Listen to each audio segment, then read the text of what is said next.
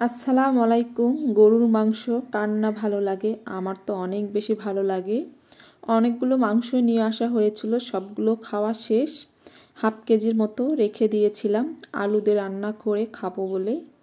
তো এখানে half KG পরিমাণ গরুর মাংস আছে, ভালো করে ধুয়ে নিয়েছি, পানি ঝরিয়ে নিয়েছি।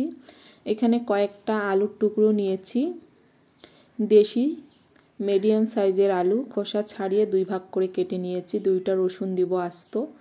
এখন সবগুলো মাংস পানি ঝরিয়ে ফ্রাই প্যানে দিয়েছি। এরপর পেঁয়াজ কুচি, কাঁচা মরিচ ফালি, রসুন বাটা, আদা বাটা, এখানে দিয়েছি গরম মশলা, মানে মাংসের মশলা বাসায় তৈরি করেছি, তারপর গুঁড়ো করে নিয়েছি।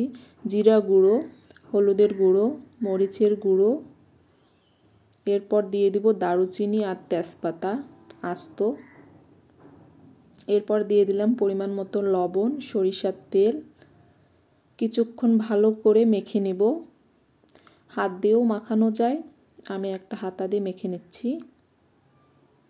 এরপরে রেস্টে রেখে দেবো আধা ঘন্টার জন্য। আধা ঘন্টা পর ভালো করে আবার নেড়ে চেড়ে সামান্য একটু পানি দিয়ে দিচ্ছি সিদ্ধ করার জন্য।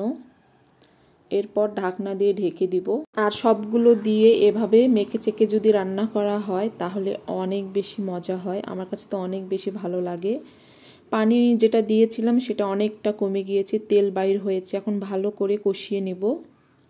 আর মাংস যত বেশি কষাবেন তত বেশি মজা হবে।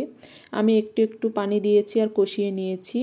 কিছুক্ষণ কষিয়ে নেওয়ার পর 2টা রসুন আস্ত দিয়েছি। এরপর কিছুক্ষণ ভালো করে কষিয়ে নিয়েছি। এরপর দিয়ে দিব কেটে রাখা আলুগুলো। এরপর আবার ভালো করে কষিয়ে নেব।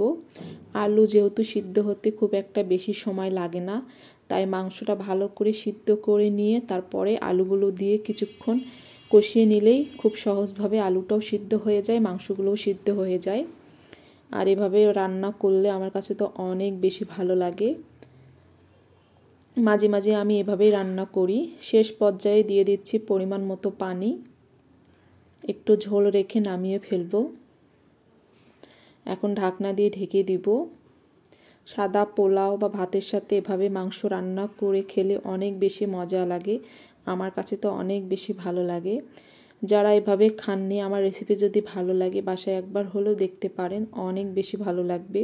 ভিডিও ভালো লাগলে অবশ্যই লাইক, কমেন্ট, শেয়ার করবেন। আর মাংস দিয়ে আলু রান্না করলে মাংসর থেকে আলুটাই আমার কাছে অনেক বেশি মজা লাগে। হয়ে গেছে, এভাবে জল রেখে আমি নামিয়ে ফেলবো। জলটা আরেকটু টেনে যাবে তরকারিটা ঠান্ডা হতে হতে। রুটির সাথে খেতেও আমার কাছে অনেক বেশি ভালো লাগে। সবাই ভালো থাকবেন। আল্লাহ হাফেজ। আসসালামু আলাইকুম।